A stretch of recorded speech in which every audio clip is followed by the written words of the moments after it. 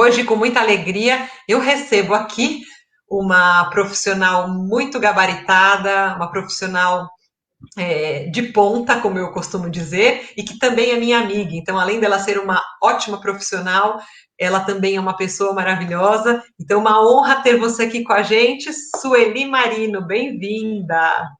Muito obrigada, Ju. Juliana, é um prazer estar aqui. Obrigada pelo convite. Quero agradecer a presença de todas e todos. Então, eu sou psicóloga clínica, comecei a atuar em 1988, passei por diversas escolas, me especializei em terapia de casal e de família, e ultimamente, assim, a terapia de casal está ganhando muita visibilidade, né? A partir da pandemia, a procura tem aumentado muito. E fiz mestrado na PUC, em psicologia clínica, e junto com a Juliana, nós fizemos doutorado em psicologia social na PUC. Então, eu fico muito feliz de poder compartilhar esse espaço com você, Juliana. Nem fale, eu estou muito contente. E como você falou, esse é um tema que eu acho que agora, com a pandemia, esse tema ficou ainda mais necessário, né? As pessoas convivendo muito tempo juntas e alguns problemas iam aparecendo, e a gente tem que enfrentar e tentar solucionar isso da melhor forma, né? Então, eu não pensei em outra pessoa que não fosse você para vir falar disso aqui com a gente. Ah, muito legal. Tá bom. Então vamos lá, vamos conversar sobre amor, pandemia e menopausa. O que será que temos para hoje? Vamos lá? Olha, eu dividi a minha fala em três grandes blocos. Então, na primeira parte, eu quero conversar com vocês um pouquinho do que é o amor na pós-modernidade. Depois eu vou conversar sobre menopausa e depois nós vamos falar sobre a pandemia, tá? O que é o amor na pós-modernidade? Eu acho que vocês já devem ter ouvido essa expressão pós-moderna. Isso é muito comum. Na minha área, psicologia clínica, isso é uma expressão bem utilizada. Então, eu vou dar uma explicação rápida, só para, se alguém nunca ouviu, entender o que a gente está falando. A pós-modernidade é um período no tempo em que a ciência avançou muito em pesquisas, em paradigmas, e ela começou a trazer questionamentos para aquelas verdades absolutas que a gente tinha na modernidade. Então, imagina assim, vou trazer para uma coisa mais próxima da gente. Então, imagina assim que, por exemplo, no século passado, no começo do século, dizia assim, tudo que acontece na vida da gente é explicado através de uma relação de causa e efeito. Então, o que a gente precisa é só buscar onde se originou aquele problema e a questão está resolvida. Então, é como se a gente pegasse a causa e fizesse uma linha reta procurando a origem do problema, causa e efeito. Na pós-modernidade, a gente vai dizer assim, olha, é muito difícil a gente prever uma relação tão simples entre causa e efeito, porque são diversas as variedades de situações que podem interferir naquele problema que você está vivendo. Então, a gente não pode simplificar as coisas. Vou trazer outro exemplo. No começo do século XX, casamento é indissolúvel. Só quando, depois da morte de alguém, é que o casamento acaba. Então, aquilo que era tido como correto, o certo, hoje não tem muito sentido. Por quê? Porque a gente tem agora outras crenças, outros valores. Então, à medida em que a ciência avança, ela vai mexendo com os nossos paradigmas, a nossa noção de verdade, de certo e errado. Vamos para o próximo slide? Mais um. Tá. Então, Vou trazer um exemplo muito clássico do que era a modernidade e agora na pós-modernidade. E só um detalhe: não é que a gente passou pela modernidade e estamos vivendo agora só a pós-modernidade, tá? A gente está vivendo uma transição. E eu preciso dizer também que a pós-modernidade ela tem início principalmente depois da Primeira Guerra Mundial, das guerras, das grandes revoluções, das grandes doenças, porque é quando a ciência mais avança. Então, lá na Primeira Guerra, se originou a ideia, né, um instrumento que deu origem ao primeiro computador, na Primeira Guerra, quando um pesquisador, né, homossexual, se não me engano, na Inglaterra, ele interceptou uma conversa entre nazistas e ele conseguiu prever qual seria o próximo ataque. Então, veja como uma coisa que aconteceu lá atrás nos beneficiou hoje. Então, sempre tem o quê? Um avanço da ciência, um questionamento de que as coisas podem ser diferentes. E por que as grandes guerras impulsionaram isso? Porque a necessidade naquela época era a questão de você melhorar a comunicação. A comunicação precisa ser rápida e efetiva. Então, se você tem hoje uma internet na sua casa, foi graças àquele homem lá atrás que conseguiu fazer isso. Isto é importante para a gente ver que não é assim, a tecnologia começou a partir do momento que você tem um computador na sua casa. Não, ela começou a ser pensada lá atrás. E uma clássica divisão da modernidade entre público e privado diz respeito ao espaço das mulheres e o espaço dos homens. E isso, por que isso é importante? Porque quando a questão não é olhar o problema que você vive hoje, descontextualizado de todas as mudanças sociais que aconteceram na nossa sociedade. Se você quer se entender hoje, não é na relação de causa e efeito, mas você precisa entender que o problema que você vive hoje na sua vida tem uma parte que tem a ver com as suas experiências, que tem a ver com a sua história de vida, mas tem uma outra parte que diz respeito à nossa cultura, à nossa sociedade. Então, lá na modernidade, tinha uma divisão clássica entre o que é público e o que é privado. O público é o espaço do trabalho, da vida pública, e no começo do século XX, exclusivamente para homens. O mundo privado dizia respeito ao quê? Ao nosso lar, à nossa privacidade, à nossa intimidade e o universo das mulheres. Até antigamente a gente dizia a rainha do lar. Claro que aqui eu estou falando, nessa divisão, de uma classe social privilegiada, porque essa divisão de espaço público para homem e privado para mulher, isso é de uma classe que tem mais privilégios, porque a mulher pobre e a mulher negra não tinham isso. Elas tinham que trabalhar sem qualquer outra questão. Então, não se dava ao luxo. A mulher com poucos recursos financeiros, principalmente a mulher negra, não tinha opção. Se até hoje a gente sofre preconceitos e desigualdade social no trabalho entre homens e mulheres, imagina lá atrás. Vamos para o próximo? Vou anotando aí as dúvidas e a gente vai conversar depois. Uma outra característica do mundo que a gente vive hoje, que alguns autores denominaram pós-modernidade, e quem gostar muito desse assunto vai pegar lá no YouTube os vídeos do Bauman, que é um sociólogo maravilhoso, que fala coisas incríveis sobre a pós-modernidade. E ele nos ajudou a pensar como é que a gente se relaciona hoje em dia. Por que muitas vezes a gente diz assim, nossa, é tão difícil, né, viver hoje. Antigamente, as famílias eram mais comprometidas com os valores, era mais fácil viver, hoje não.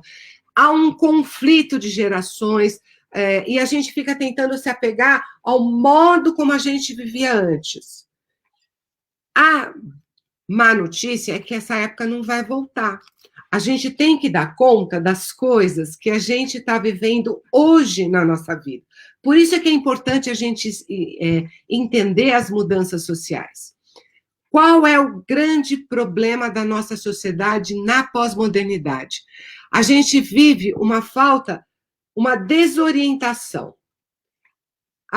porque a gente não tem controle sobre a nossa vida. Aliás, cá entre nós, a gente nunca teve. Mas na modernidade, a gente tinha a ideia de que, olha, se eu fizesse tudo direitinho, eu ia alcançar a felicidade. Eu vou ser boa aluna, boa filha, boa irmã, boa mãe, boa esposa e vou ser feliz. Não foi assim. Não foi assim com a gente e não foi assim com outras pessoas. E por quê? Porque existe na vida o inesperado. Às vezes você faz tudo certinho e dá errado. A maior prova de falta de controle é o que a gente está vivendo hoje, enfrentando uma pandemia. Nós não temos controle algum sobre a nossa vida. Outra questão que a pós-modernidade traz de conflito é que existe umas fronteiras, uma fragilidade nessa divisão entre o que é mundo interno e externo, o que é público e privado. Por quê? Porque nós vivemos uma época em que a nossa privacidade está onde? Nas telas. Então, se antigamente eu me recolhia quando eu estava me sentindo frágil, como eu estava me sentindo triste, hoje eu vou me expor nas redes sociais. Então, o processo que eu fazia de interiorização, que antes era escrever no meu diário, né? Não sei se vocês se lembram, mas a gente escrevia diário, a gente tinha um caderno de questionário, onde a gente fazia perguntas e ficava assim, pedindo para as pessoas responderem, e era uma delícia, tinha diários com cadeado. Essa época que a gente viveu era um momento da gente entrar em contato com os nossos sentimentos e a nossa emoção. A quatro paredes, debaixo da coberta, com a lanterna acesa. Era a nossa privacidade. Hoje não é assim. Hoje, a sua maneira de lidar com seus sentimentos é você publicar nas suas redes sociais, você ver quantos likes, por que aquela pessoa não te respondeu imediatamente, se as pessoas gostam ou não. Você tem que estar sempre motivado a ser uma novidade. Outra questão que essa pós-modernidade traz para a gente é nas relações, a gente vive muita ambiguidade. Então, eu recebo pessoas que estão em busca do seu amor, né, de um parceiro, de uma parceira, e o que eu mais ouço é assim, eu quero muito me envolver, mas olha, eu não quero um relacionamento problemático. E aí eu fico me perguntando, qual relacionamento não é problemático, no sentido de que a arte de se relacionar, ela já traz uma maior responsabilidade, que é cuidar da relação.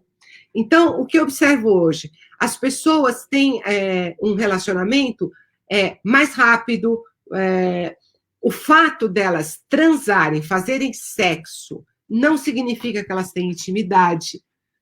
Né? Uma cliente uma vez perguntou para mim, nossa, conheci um cara no aplicativo, transei com ele, foi uma delícia, e eu queria muito convidá-lo para ir numa festa. Eu falei, sim, e aí, qual o problema? Não, eu não tenho intimidade com ele. Então, a pessoa transa com a outra e ela não tem intimidade para voltar a dar um telefonema. A gente não vivia isso antes, né?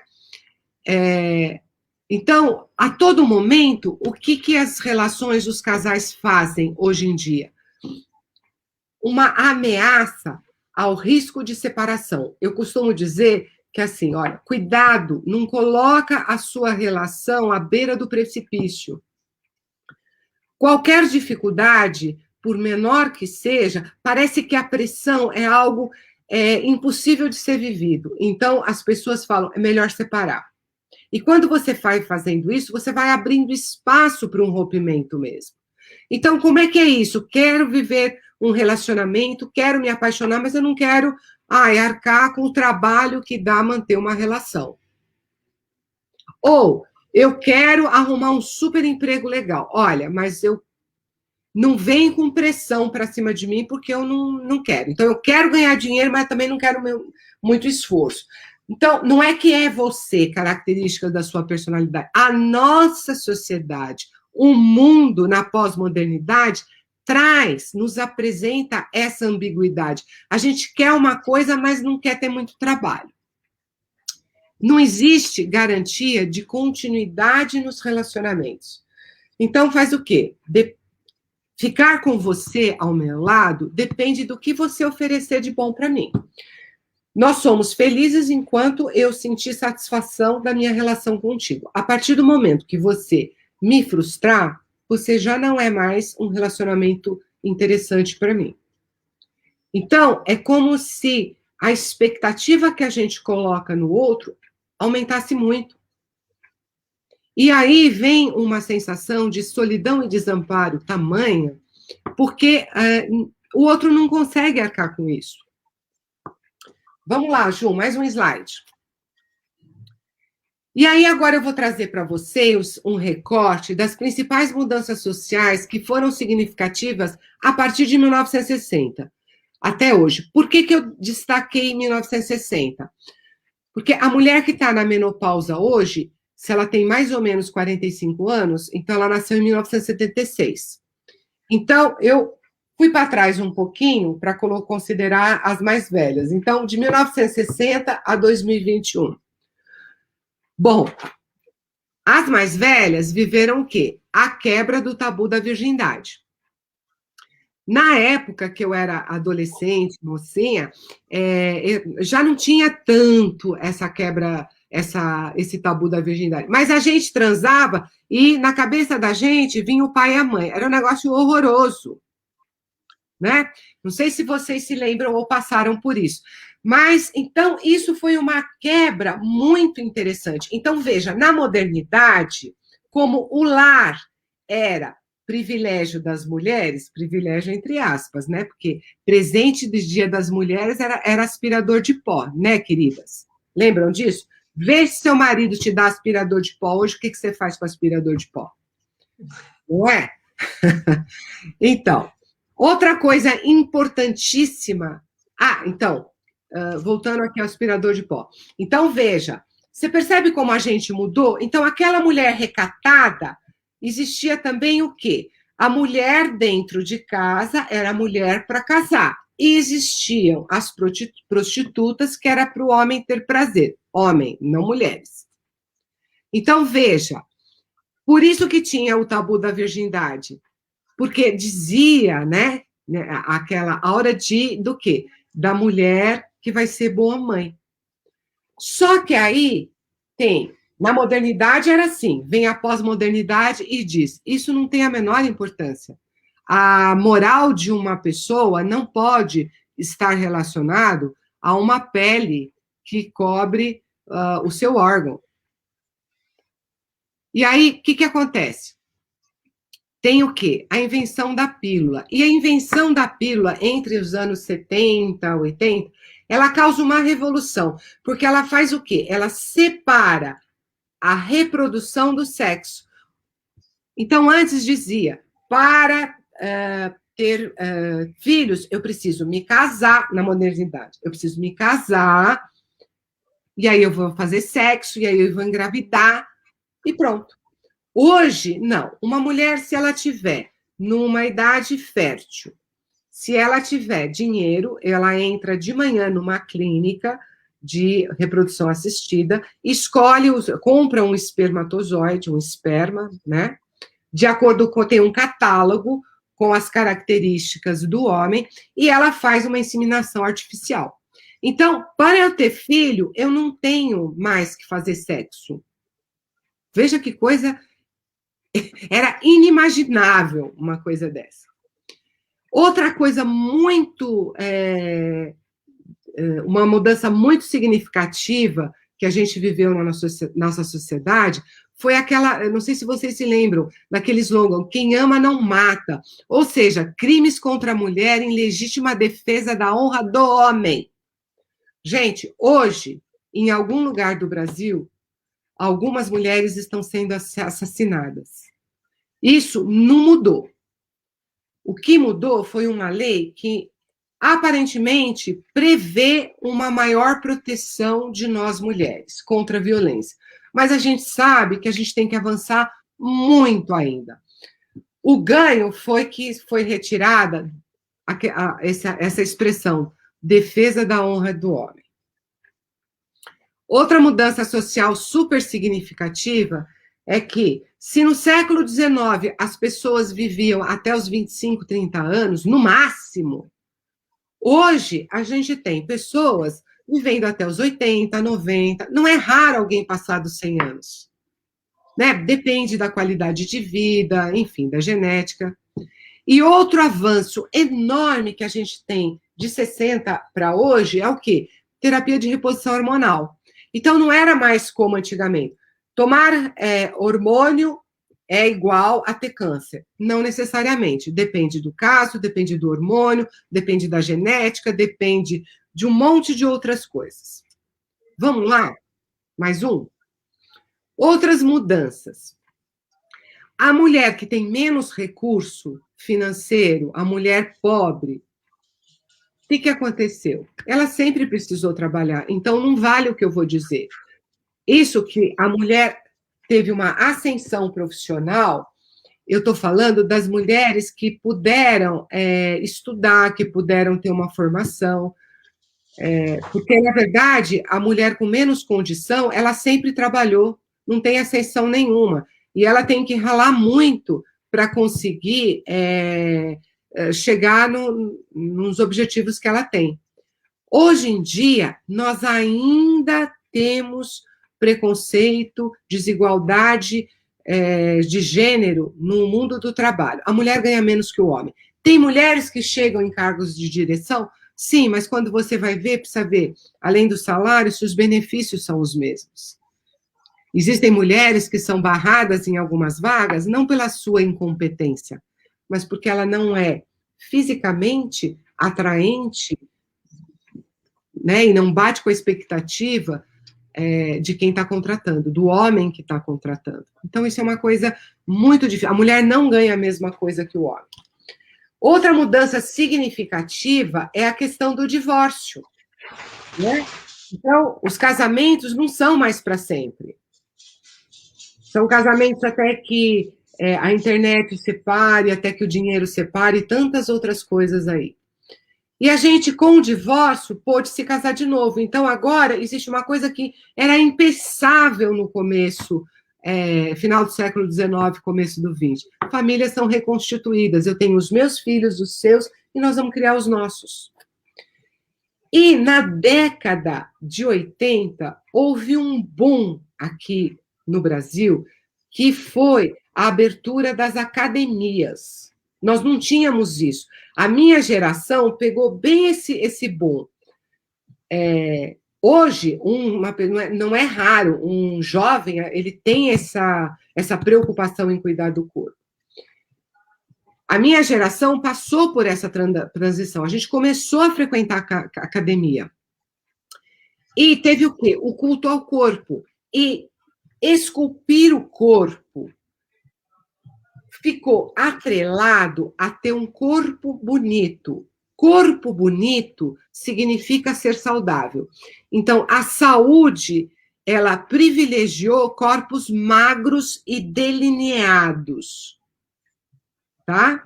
Isto não é uma coisa... Então, quando você tem uma preocupação com o teu corpo, é você que quer seu bem pela sua saúde, se cuidando, mas tem uma pressão social, uma pressão da nossa cultura que faz com que a gente acredite que isso precisa ser feito.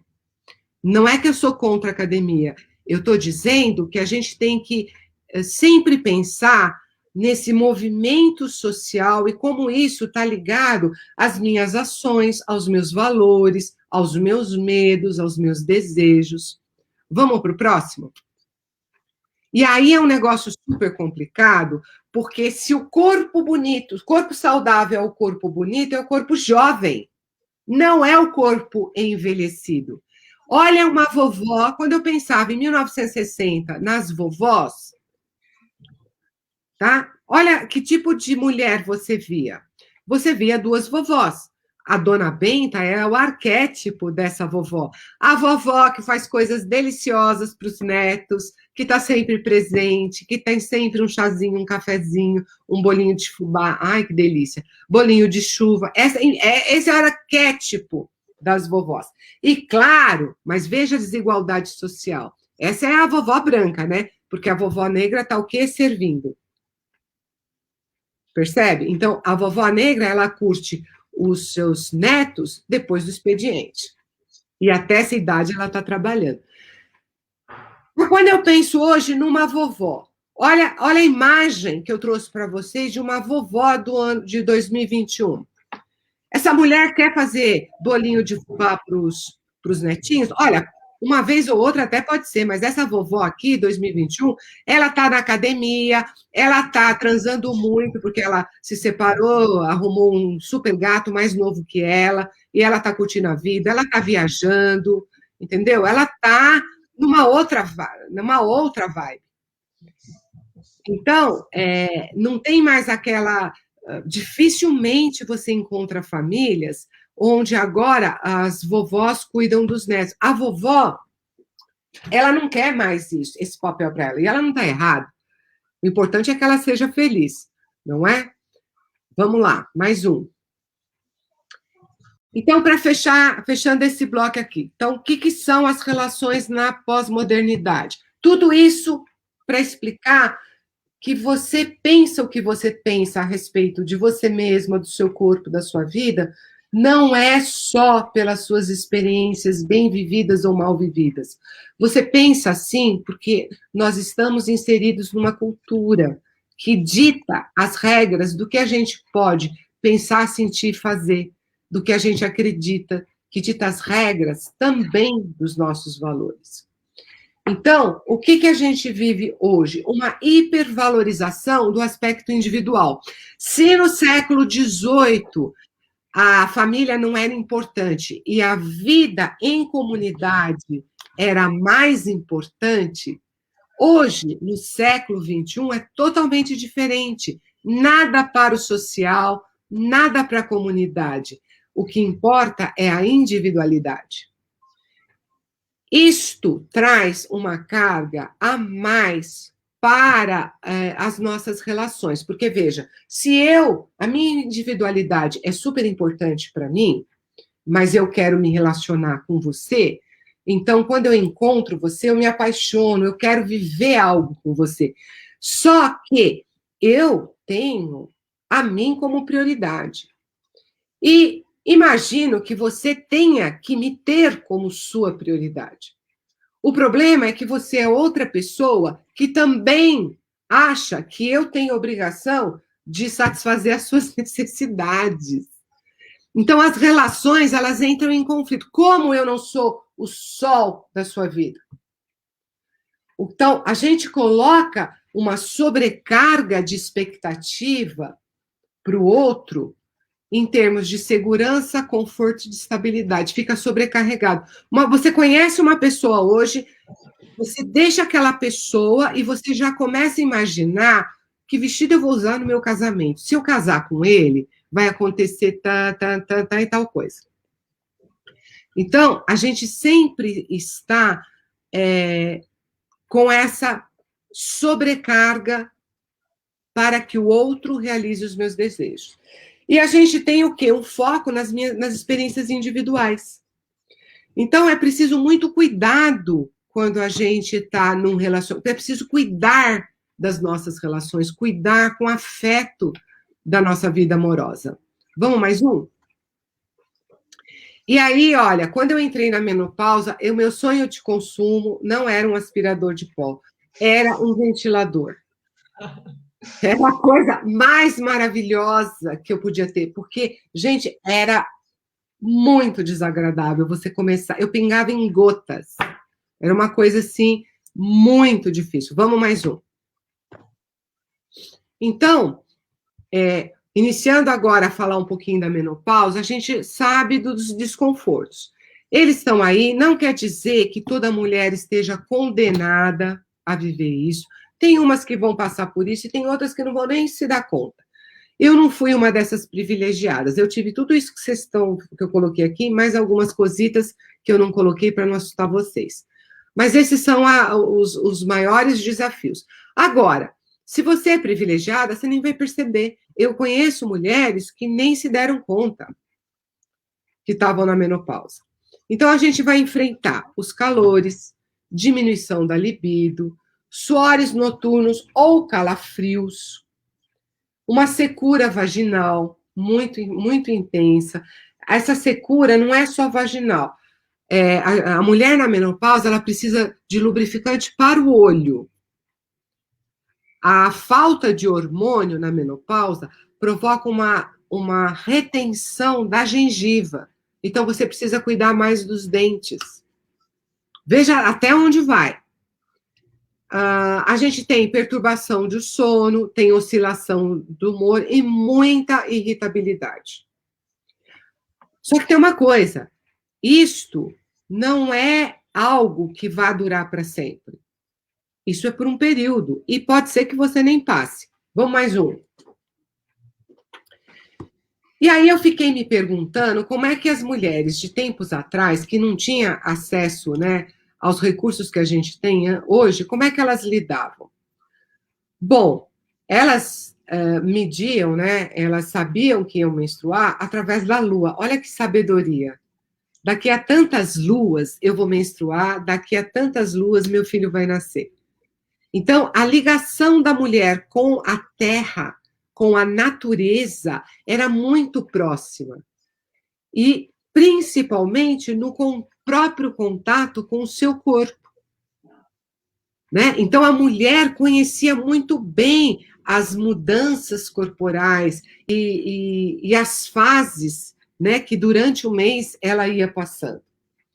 Um livro que, se vocês tiverem oportunidade de ler, é um livro que eu amo, adoro, é A Tenda Vermelha.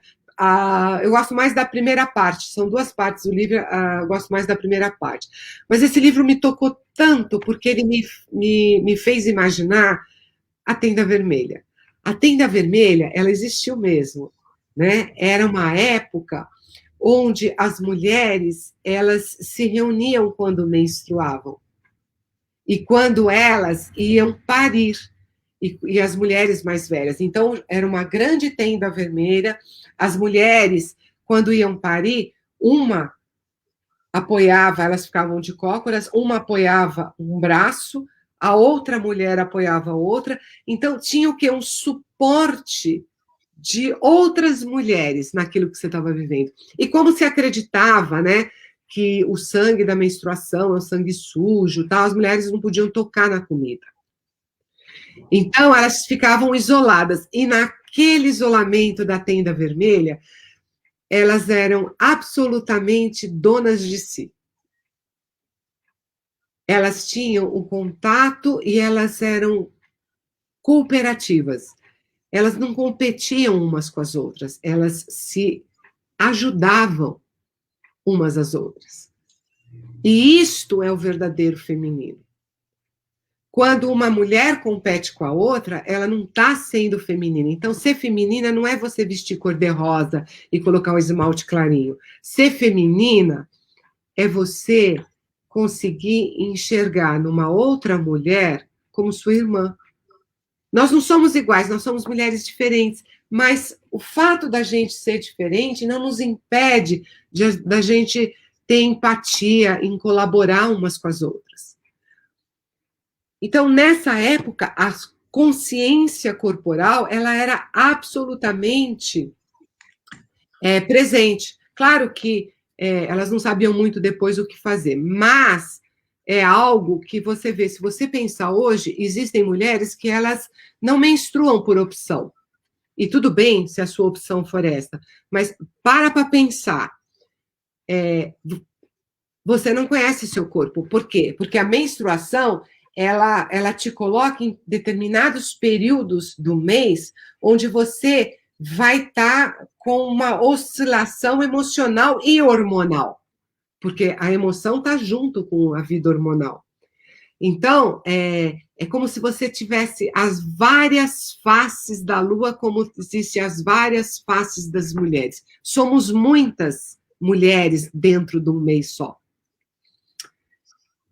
E outra coisa para você pensar, uma mulher começa a sua vida sexual, estou sendo assim otimista, aos 15 anos, né? Porque tem umas que começam muito antes. Então, aos 15 anos, ela já começa a tomar a pílula. Claro que até a menopausa são mais ou menos 30 anos. O que vai acontecer? Ela vai parar, vai ter pausas na pílula e tal. Mas o que ela vai acontecer se ela for fazer reposição hormonal? A vida inteira dela, praticamente, ela passou usando hormônio. Percebe como a gente é curioso? Porque será que a medicina não inventou uma pílula anticoncepcional para o homem? E se inventou, por que não pegou? Já pararam para pensar nisso? Por que tem que ser o corpo da mulher? Percebem? São questões sociais que elas camuflam desigualdade de gênero. E a gente precisa ter sempre em mente esse pensamento crítico de olhar para uma coisa e questionar. Será que pode ser diferente? O que aconteceria se fosse diferente? Vamos mais um slide? O que eu preciso saber sobre a menopausa? Tá? Eu vou passar por tudo isso. Tem solução e a vida durante a menopausa e pós-menopausa. Eu sou a prova viva de que a gente consegue sobreviver a ela. Eu me lembro que, no início da menopausa, quando eu estava assim, com aqueles calores infernos, que é o calor dos infernos, eu tinha a sensação de que o meu esqueleto estava fervendo. E calhou na época de eu trocar o carro. A minha condição, não me interessava se vinha com não sei o que lá, com airbag, não me interessava. A minha pergunta é, tem 2 ar-condicionados?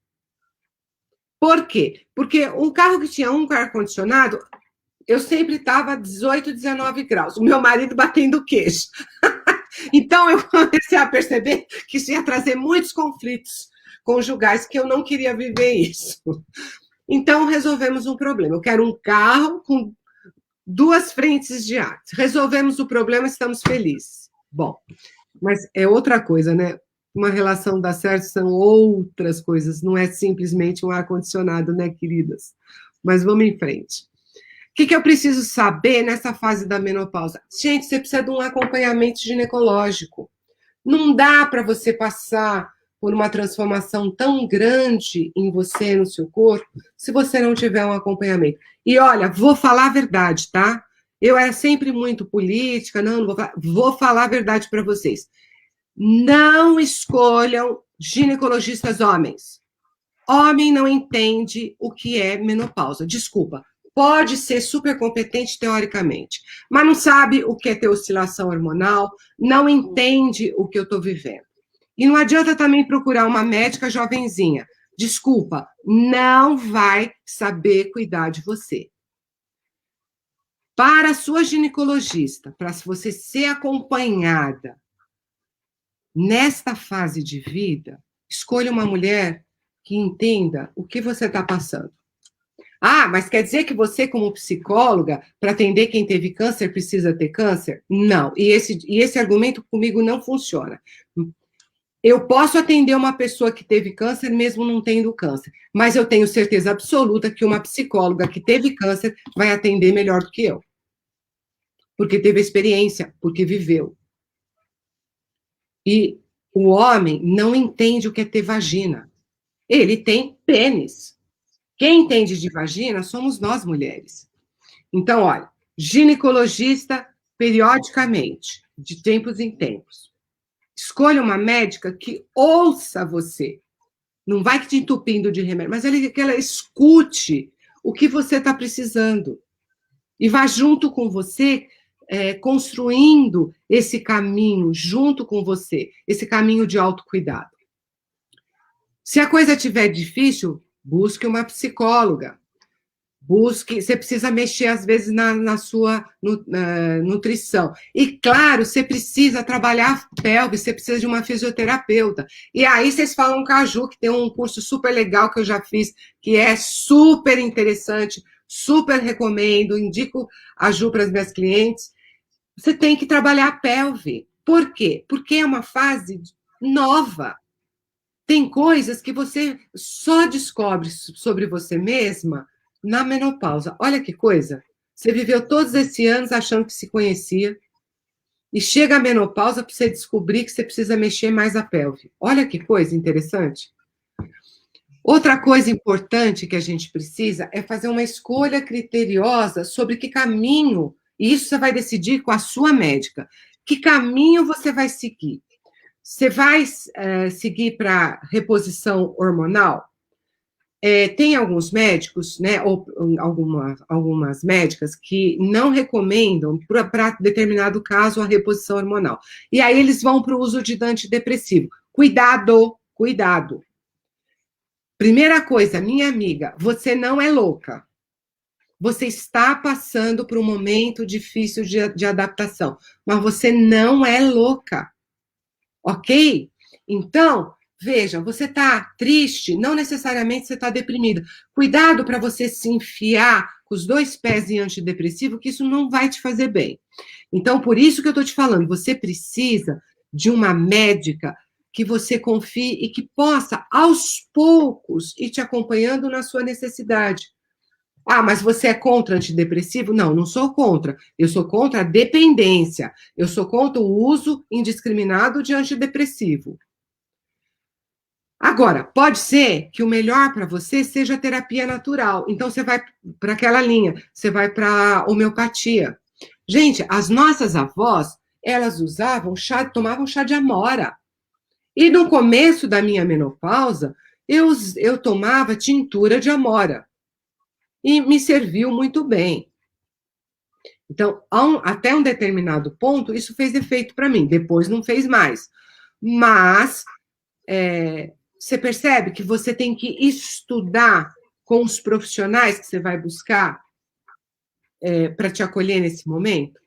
E não vale dizer, não tenho dinheiro. Gente, a gente consegue, terapia consegue negociar, tem convênio, tem atendimento que é atendimento com valor simbólico. A gente se vira. Quando a gente quer, a gente se vira. Vá atrás. Não fique na sua solidão sofrendo sozinha. Busque uma outra mulher para te apoiar nisso. Outra coisa que você precisa entender é que isso é uma fase de transição, minha amada. Isso vai passar. Tá? E é uma fase de transição que muda o corpo, muda a sua postura perante a vida, muda a sua postura em relação a você mesma. Você tem que ter calma. E as pessoas que você convive, elas também precisam te apoiar nisso. Maridão precisa apoiar a esposa. Por quê? Porque vai chegar a sua vez, querido. Você vai passar pela andropausa. Se você não sabia, fique sabendo. Tá certo? Então, a gente tem que se apoiar. A gente está junto na alegria, na tristeza e na menopausa e na andropausa. Olha, e outra coisa muito legal da menopausa é que, primeiro, ela é um baque, um choque. Uma coisa é eu escolher não ter filho. Outra coisa é a natureza dizer, você não pode mais. Percebe? Gente, isso é uma coisa assim, para mim, sinceramente, foi um choque, tá? E aí, eu me dei conta da minha perspectiva de vida. Porque se você está na menopausa, você já viveu metade da sua existência. Olha, para pensar. Eu ainda sou jovem, eu tenho muito o que viver, mas é muito diferente de quando eu tinha 18 anos, que eu tinha um período longo a percorrer. O meu período agora, ele não é tão longo. Eu não estou para morrer, Espero, hein? Não estou preparado. Mas ele não é tão longo quanto eu imaginava aos 18 anos. Aos 18 anos, eu pensava assim, aos 40 estou velha. Olha. Que a gente fala isso mesmo. Então, o que você tem que pensar? Você tem que pensar no futuro. Se você é uma mulher que você trabalha numa empresa, querida amiga, acorda. Você tem que fazer um plano de carreira, porque já já a empresa vai falar para você, você está velha. Um homem, um alto executivo numa empresa, a vida dele útil é até os 60 anos. Depois ele é convidado a se afastar. Ah, mas tem homens, tem, são exceções. A maioria são substituídas por esses recém-formados. Tá? E tem muita gente que tem muita experiência e tem um chefe que acabou de sair da faculdade, não tem nem 25 anos. Então, minha querida, minha amada, vamos olhar para a nossa carreira. Como é que você quer viver ou pensar na sua aposentadoria? Será que tem algo que você queira fazer? Será que você... E o momento de você fazer é agora, preparar é agora. Não deixa para preparar isso quando você estiver lá na frente. Começa agora. Eu tenho que pensar no meu futuro. Vamos mais um, Ju? Tá. Olha a coisa boa da menopausa, olha que coisa maravilhosa. Amiga, se você já tinha uma intuição, se você era chamada de bruxa, agora você é a Maga Mor. A intuição feminina, homens, cuidado, mulher na menopausa lê mais do que pensamento. Antes de você configurar o teu pensamento, ela já te sacou. Cuidado. A intuição da mulher, ela fica extremamente aflorada. E aí, eu fui conversar uma vez com uma querida que trabalhava com antroposofia, e ela me deu uma explicação que, para mim serviu, e se isso é verdade ou não, não me importa, para mim bastou. Que ela estava me explicando que a energia vital sai dos genitais e ela vai subindo e elevando os chakras. Então, quando a energia vital vai passando, ela vai abrindo o canal da intuição, o terceiro olho. Eu achei isso fantástico. Se isso é verdade ou se não é, eu sei que eu comprovei. Minha intuição está tinindo. Outra coisa muito legal que a menopausa me trouxe foi a maturidade emocional. Eu consigo me sacar. Não é que eu sempre estou calma, né, zen, não. Eu perco a estribeira. Mas eu me saco, eu sei o que está acontecendo comigo, como eu nunca soube antes. Eu tenho o quê? A sabedoria de ter vivido tudo que eu vivi. E eu tenho um baita orgulho da mulher que eu me tornei. Eu tenho um baita orgulho de tudo que eu vivi. Tudo que eu errei, tudo que eu acertei. Porque o saldo foi positivo. Eu já sei o que eu quero na vida e eu sei o que eu não tolero mais. Não tolero relações abusivas. E eu tenho força para bancar isso. E eu tenho muito orgulho de saber discriminar isso. Coisa que jovenzinha eu apanhei muito, mas agora eu não tenho que provar nada para ninguém. Eu sei o que eu sou. Outra coisa, minha amiga querida, para de se comparar com outras mulheres, e pior que isso, para de tentar olhar suas fotos de 18 anos e querer recuperar a mulher que você foi aos 18. Amiga, você precisa reconhecer hoje que você é a sua melhor versão. Faça hoje de você, dessa imagem que você tem, o melhor que você puder fazer. Busque recursos, busque ajuda, o que você precisar, não importa, mas não deixa de se cuidar. Seja a melhor versão, a sua melhor versão que você puder ser. Vamos para o próximo, Ju? E aí eu vou começar a falar da pandemia, né? É uma coisa que impactou o mundo. E como será que isto está interferindo nos nossos relacionamentos? Vamos mais um slide? Olha, Eu devo dizer que este momento que a gente está vivendo me favoreceu nos atendimentos de terapia de casal. Eu nunca na minha carreira comecei a atender em 1988.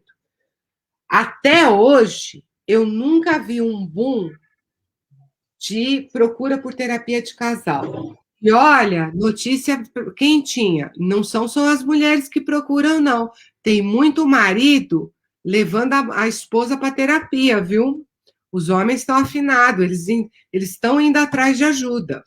O que aconteceu? Não foi a pandemia que está acabando com os casamentos, hein, gente? Não. A intensa convivência, ela acentuou antigos problemas. Esses problemas ou estavam debaixo do tapete, ou eles estavam camuflados no cuidado com os filhos, ou eles estavam camuflados na saidinha de fim de semana, no sexo, nas compras do shopping, no barzinho, no shoppinho. Hoje, a gente ficou o quê? Confinado, vivendo 24 horas por dia. Eu aqui no meu computador, ele aqui do outro lado, da outra ponta da mesa. É intenso. Eu não tenho mais aquele período que eu saio de casa, vou trabalhar, converso lá, descontraio, converso. Oh, meu querido, minha querida. Vai falar, meu querido e minha querida, com a sua esposa ou com o seu marido do lado. Aquela espontaneidade, ela está mais restrita. Por quê? Porque o meu par está me ouvindo, então eu vou ajustar o meu comportamento. Uma hora isso explode. Então, a gente tem o quê? Redução de mobilidade, a gente não pode ir mais para cima e para baixo como a gente queria. A gente tem restrição de evento social, de evento familiar. Outra coisa que a gente tem, medo de contaminação. Ô, Ju, acho que o microfone está ligado. Aí a gente tem o quê? Medo de contaminação, agravamento de doença, morte, dificuldades econômicas, perda de emprego. Então, o que acontece? Todos esses medos, eles impactam o relacionamento. Então, se o casal estava vivendo um probleminha tal de comunicação, isso e aquilo, exacerba, porque tem muito medo, tem o pânico. A gente teve o quê? Cerca de aproximadamente 15% de aumento em divórcios na pandemia. Muito triste isso, né? E uma coisa que me surpreende muito e que me deixa muito chateada, aumentou muito casos de alcoolismo. A gente tem aumento de ingestão de álcool, tanto para homens quanto para mulheres.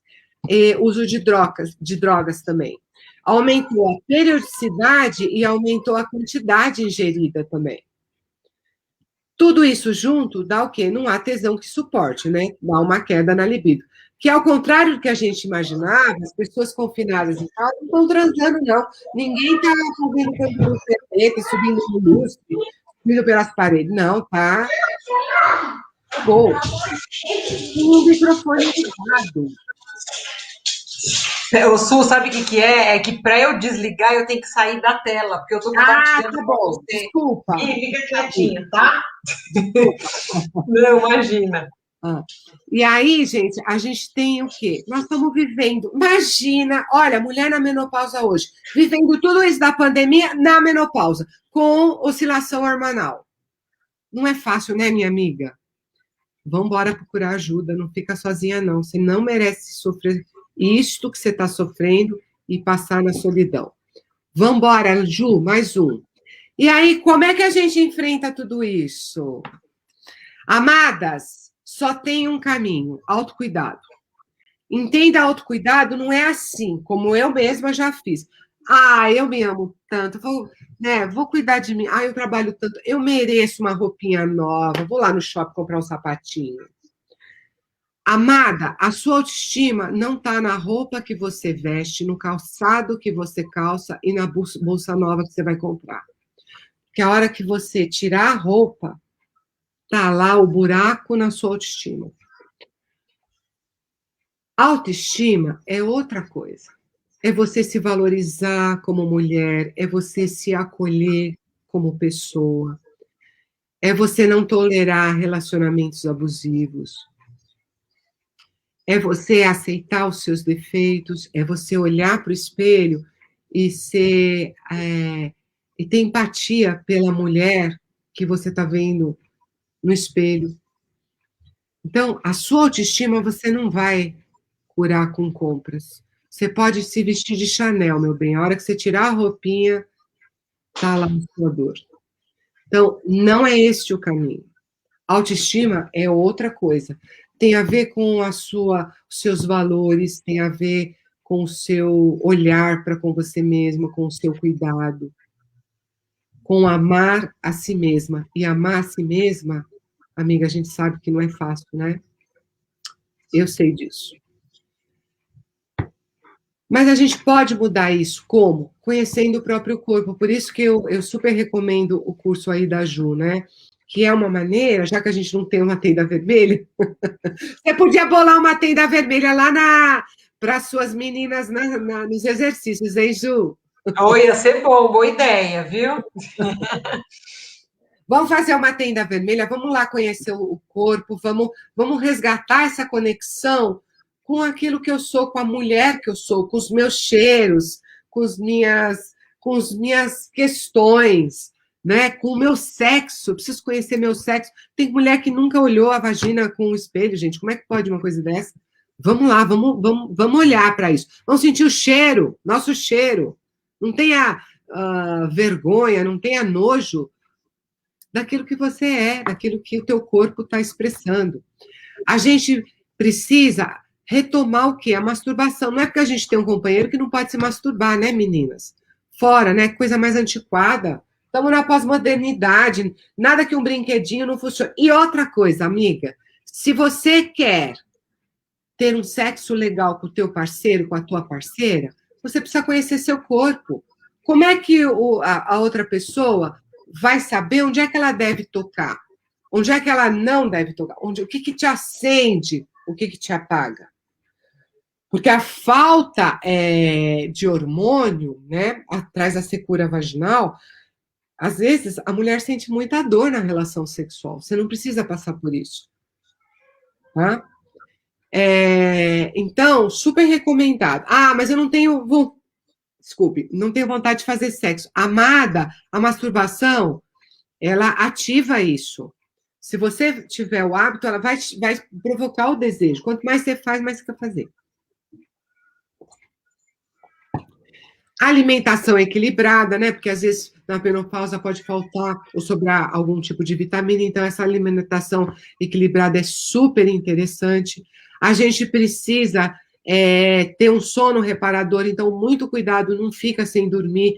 Se você está com problema de sono, vai lá, procura ajuda. Os exercícios físicos, e aí novamente aí a Ju pode ajudar a gente, né? Ai, detesto fazer exercício físico. Vai dançar, meu amor. Bota uma música, dança, extravasa. A meditação. Por que é meditação? Porque a meditação ela vai provocar o quê? Pausas silenciosas. E uma coisa que a gente precisa é se ouvir. Lembra que eu falei que a gente está com a nossa intuição aflorada? A gente está mais sábia com a menopausa? Então, vamos ouvir o nosso silêncio, vamos ouvir o que a minha mulher está me dizendo. Cuidar das relações, porque a gente precisa, a gente não é ninguém sem as relações. Ó, deixa para lá essa coisa de você ficar sozinha e focar na individualidade. É muito mais legal, é muito mais interessante a gente trocar uma com a outra. Então, busque amigas, busque seus amigos, não tenha rede social só no celular, sabe? Rede social liga para uma amiga, tudo bem, a gente não pode estar se vendo, mas a gente pode bater um papo gostoso com uma amiga, né? Falar um pouco, dividir um pouco as nossas dores, as nossas alegrias. É isso que eu quero dizer com cuidar das relações, mas sem esquecer do quê? Do nosso contato com a espiritualidade. Se você é uma pessoa religiosa, se apega na sua fé, se apega na sua crença religiosa, não importa qual. Ah, não gosto de ir na igreja. Não tem problema. Faz oração. Imagina uma luz de proteção. Se conecta com algo que vai além da matéria. essa espiritualidade é algo super importante. E minha amiga, não tenha vergonha de procurar ajuda, não. Se você precisar de ajuda, conta comigo. Se não for comigo, busca uma psicoterapia. Busca uma boa terapia para você cuidar muito bem de você. Vamos para o próximo? E aí, eu vou deixar 4 perguntinhas para mexer com você. Eu quero que você anote, quem tiver aí fotográfica, se não, Ju, bota lá essas 4 perguntinhas que eu quero que você reflita. Não precisa responder para ninguém, não, e você não precisa responder tudo hoje, mas eu quero que essas perguntas, elas fiquem com você, tá? Eu criei 4 perguntinhas para te convidar a pensar. Primeiro, quais os projetos que você deixou para trás, minha amiga? Será que você tinha muita vontade de fazer algo e não fez porque você estava cuidando da família, do trabalho, de algum familiar? Ou de alguma doença, sei lá eu? Será que tem algo que você gostaria de retomar? Não deixa passar em branco, não deixa isso esquecer.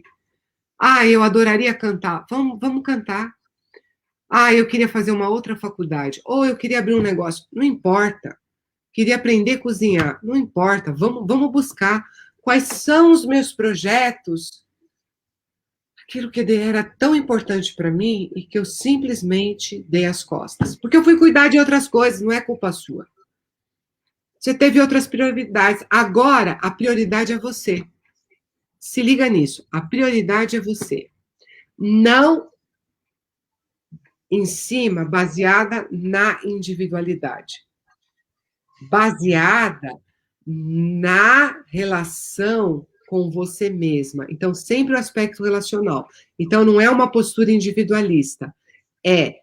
A prioridade é você nas suas relações. Cuidar das relações faz parte da sua sanidade mental e emocional, amiga. Não fica sozinha. Outra perguntinha para você, para fazer você refletir. Se você está vivendo um relacionamento amoroso, você está feliz nessa relação? Será que algo precisa ser feito, precisa ser melhorado? Ou você está vivendo um casamento de fachada? Será que você realmente está feliz? Amiga, só um cuidado. Não é que o maridão ou outro tem obrigação de satisfazer todos os seus desejos, tá? Felicidade é outra coisa. Quando eu falo felicidade num relacionamento amoroso, você é feliz na relação com o outro.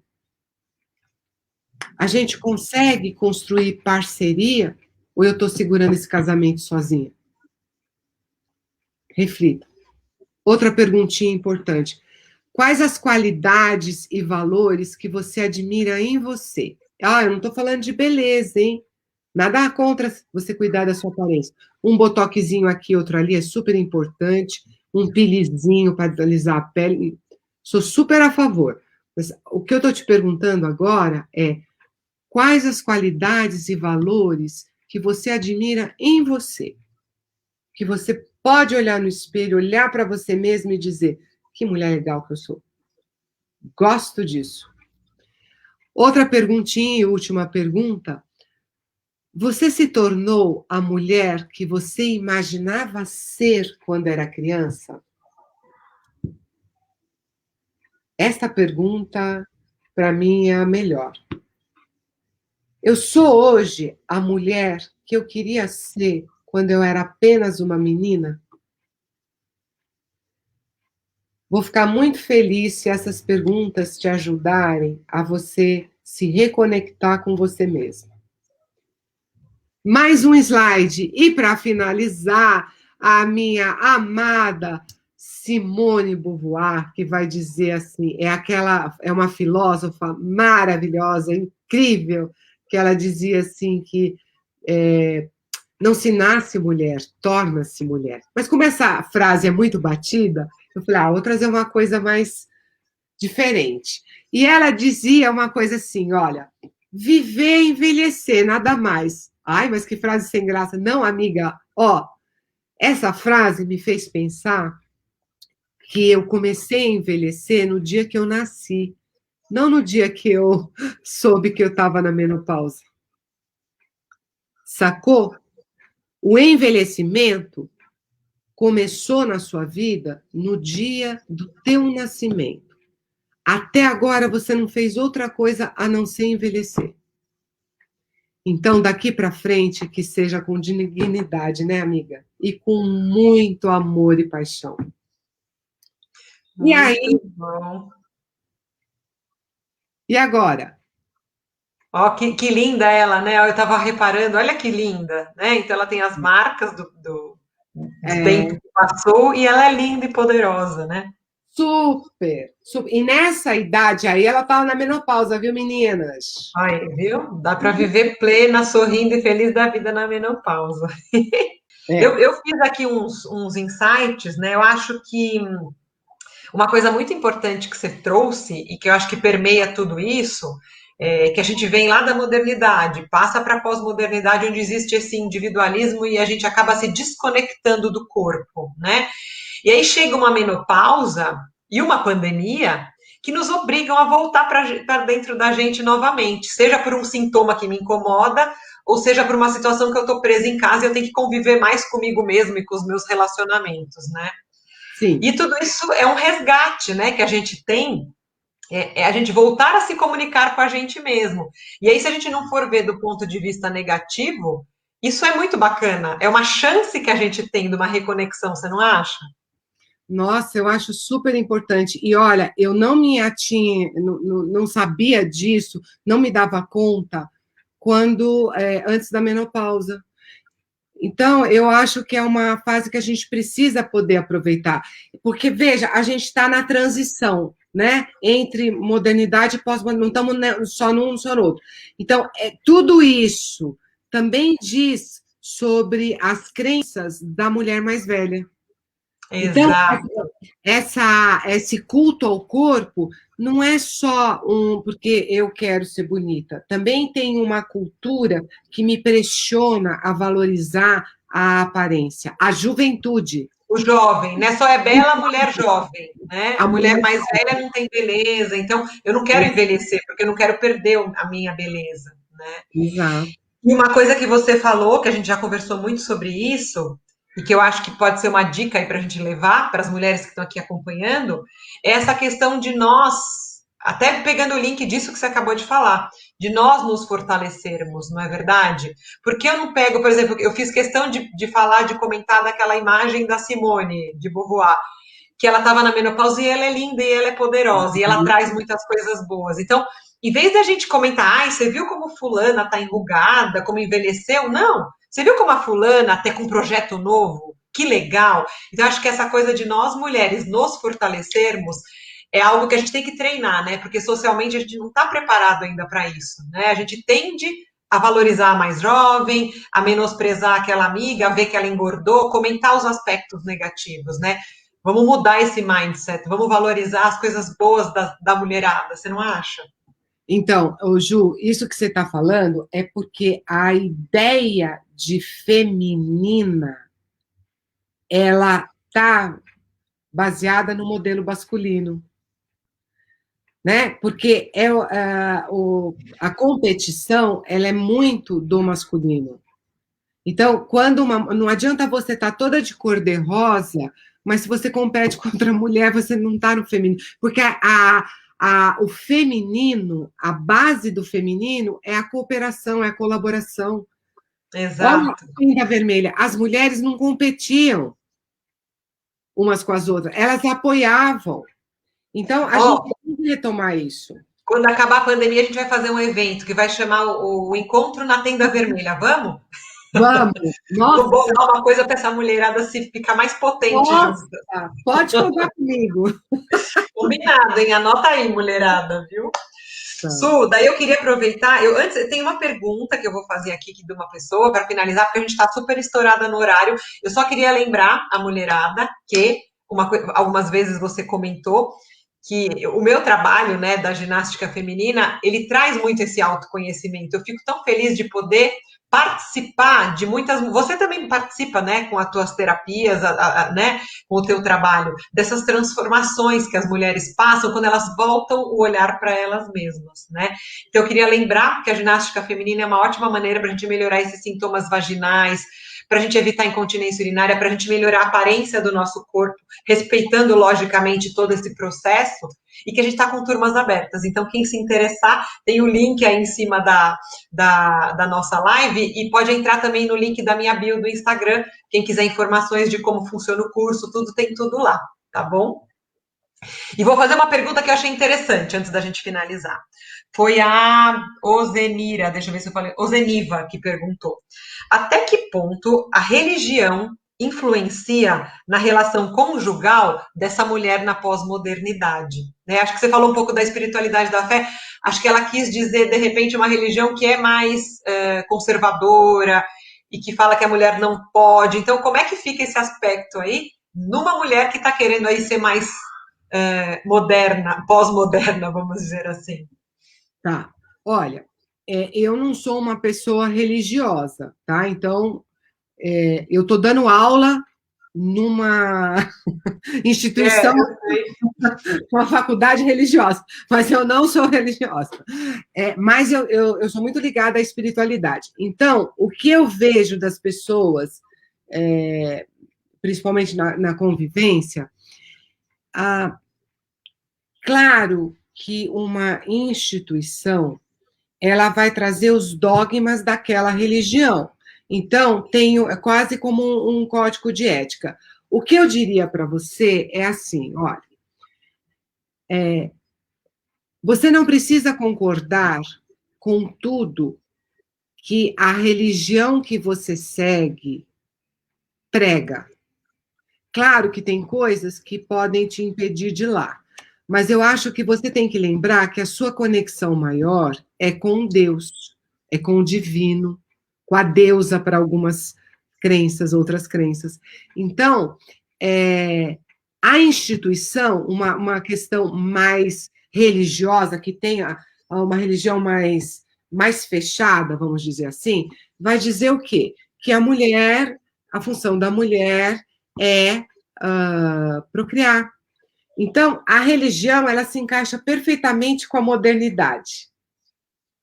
Porque na modernidade, a gente tem essas regras de certo e errado muito bem determinadas. Tanto que os religiosos, eles sempre têm uma desconfiança quando a gente fala pós-modernidade. Porque eles acham que Por quê? Porque é perda de controle. Então, agora, isso não significa que eu tenha que deixar a minha religião. Significa que eu tenho que filtrar as informações. Então, se eu estou frequentando uma religião que o pastor, ou no centro espírita, ou não sei quem lá, diz alguma coisa da mulher, eu não tenho que aceitar que tudo aquilo é verdade. Eu tenho que ter uma crítica a respeito daquilo e pegar as coisas que me interessam. E por isso que você precisa do contato com Deus, porque se você está com contato com a sua espiritualidade, Deus não vai se incomodar se você não seguir tudo certinho, e não precisa falar para ninguém, amiga. Seja você. Seja feliz, não é? Seja feliz. Eu atendo casais evangélicos. É muito complicado. Às vezes, né, eu tenho uma expectativa sobre o papel da mulher que, meu Deus, não é mais a mulher que está convivendo hoje. Entende? Só se casar com uma outra que pensa igual, mas não é fácil. Então, não sei se eu respondi aí a nossa... Respondeu, com certeza, eu acho que Bom, eu entendi, né? E eu acho importante, porque muitas vezes tem esse conflito. E acho que, assim, se eu pudesse falar o que eu entendi disso, é assim, que a gente tem que estar bem com a gente mesmo, né? Se conecta com você, vê o que vale a pena para você, o que é a verdade, o que é amor, o que vale a pena para você na sua essência.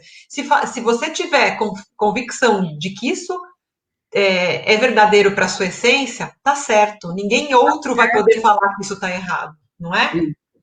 Ó, deixa eu mostrar que tem uma mulherzinha aqui, ó, uma pequena. Ai, que graça! Linda. Cadê, bebê, para você tá arrumando a mesa? Amiga, Não entreguem o poder da sua vida e da sua felicidade a ninguém. Exato. Jamais, em tempo algum. Você é dona da sua felicidade. E só você pode se dar isso. Isso mesmo. Certo, Ju? Isso. Su, ó, obrigada, obrigada, obrigada. Olha, para quem não conseguiu assistir tudo, quiser rever essa aula muito legal, vai ficar gravada. E eu te agradeço imensamente. Adoro falar com você. Que bom, ficamos 1h20 aqui juntas, ó, fazia tempo, né? Ai, olha, uma honra, uma alegria muito grande. Gente, obrigada por terem me ouvido, obrigada por estar aqui, obrigada por poder compartilhar com você, Ju, porque você sabe que eu adoro você. Também eu te admiro muito como profissional. Eu também, recíproco. É uma energia muito boa aqui e acho que todo mundo percebeu isso. Um prazer ter você comigo. Ó, te adoro, querida. Até a tenda vermelha, hein, meninas? Tenda vermelha, vamos marcar esse evento, tá? Tá já registrado aqui, não vou esquecer e vou ler o livro, que eu não li. Tá bom. Um beijo. Gente, obrigada, viu? Muito obrigada por todos. Obrigada, Ju. Tchau. Até a próxima. Até.